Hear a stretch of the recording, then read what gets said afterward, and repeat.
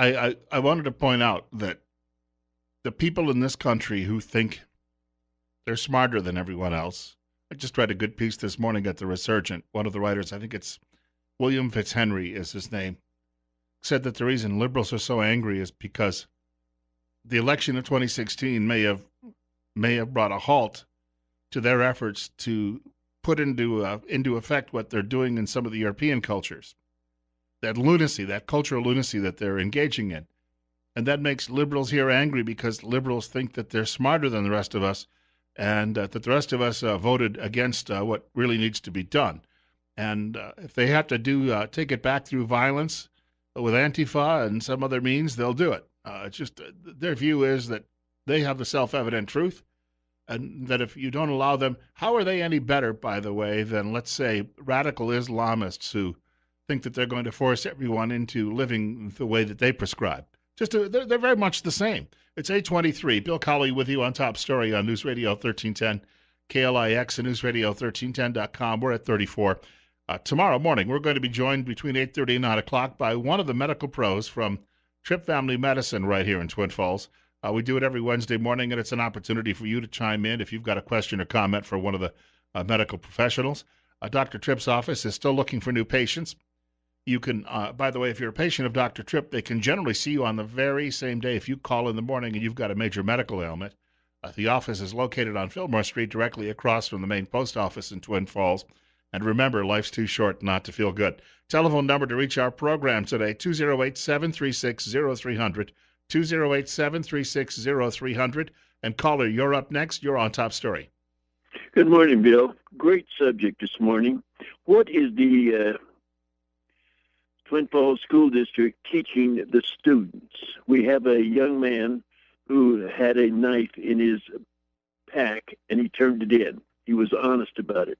Was it a Swiss Army knife, or was it a 2-inch folding knife, or was it a blade 6 or 8 inches long? Nobody knows. But he did something honest. He turned it in. Now he was punished because he was not allowed to come back to school for a few days. Now he finally is, and they're making a big to-do about it. We want people talking about our zero violence theme. But you punished the child for being honest. Yes, so no good deed goes unpunished, right? Correct. What example are they teaching the children? Always think be honest, or don't tell anybody anything. I think, though, that the problem is a lot of these decisions are not coming from the local school board any longer. They're being handed down from state and federal governments in many cases.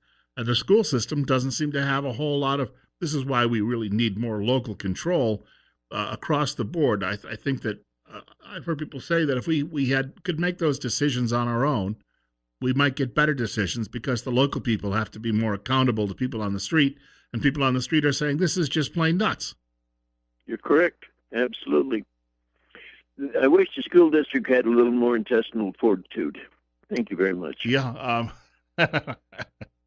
In my dealings with them, which have been few, because not long after I took this job, and it just struck me the other day, I'm coming up on a 3rd anniversary in about 6 weeks. But no, let's see, maybe not quite. Let me rephrase that for about 14 weeks. But I'm getting close to that. But not long after I took this job, there had been, and there's an elementary school 2 blocks down the street from our studios, there had been a morning announcement there where, and I like to joke about this because they were wrong in the first place. The announcement was supposedly a quote from the Prophet Muhammad. And parents were annoyed, those parents who felt that they didn't really want, because you couldn't. Can you imagine if you were doing the morning announcements and then all of a sudden, it's a principal probably doing the announcements, said, and Jesus said, verily, verily, I say unto you. Can you imagine what would happen if they started quoting Christian Lord and Savior? You bet. But it was okay to have a quote from the Prophet Muhammad because, well, we want to be multicultural. But don't bring up Christianity, but let's bring up every other faith we can find. Oh, you worship rocks? Well, you know what the founder of rockism had to say, don't you? And it's a very interesting quote. However, the quote they used supposedly from the Prophet Muhammad turned out it's a quote from a great philosopher might have been George Berkeley or somebody who lived in England in the 1600s. if I recall. I don't have the maybe correct philosopher, but I remember looking up the quote afterwards, and it turned out even the person at the school quoting it had the wrong source. But I criticized it on the air. And then I called over to the school, and they didn't want to comment. And then I got a nasty telephone call from, as I've said before, the young woman who basically sits in an office all day long twiddling her thumbs, and every third week she writes a news release, and they give her $75,000 a year in a pension plan, paid for and supported by local taxpayers because she's related to somebody important in the community. She called me up and said, "Well, you need to talk to me, and if you don't, we're going to punish you by not providing you with guests." Because having people come in here and talk from the schools is highly exciting radio in this day and age.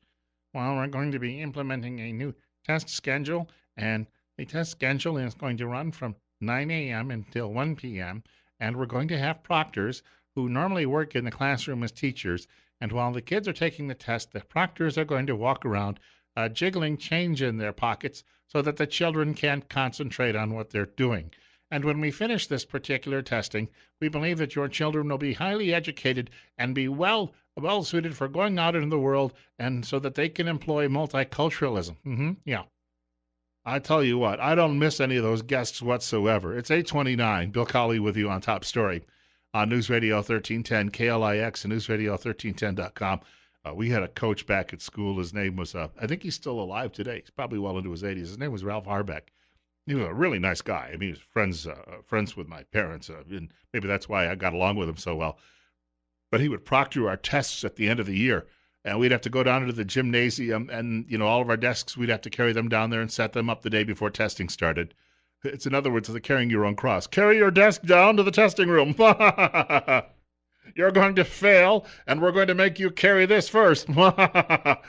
So you'd carry your desk down to the gymnasium and set it up, and then the next day you'd go and take all of your tests. And then he'd walk around the room proctoring the test, making sure nobody was like staring at someone else's paper. And he would just jiggle a change in his pockets while he was doing it, which I just wanted to jump up and say, will you stop that? We've got to take a short break. Steve Millington is going to join us in just a couple of minutes.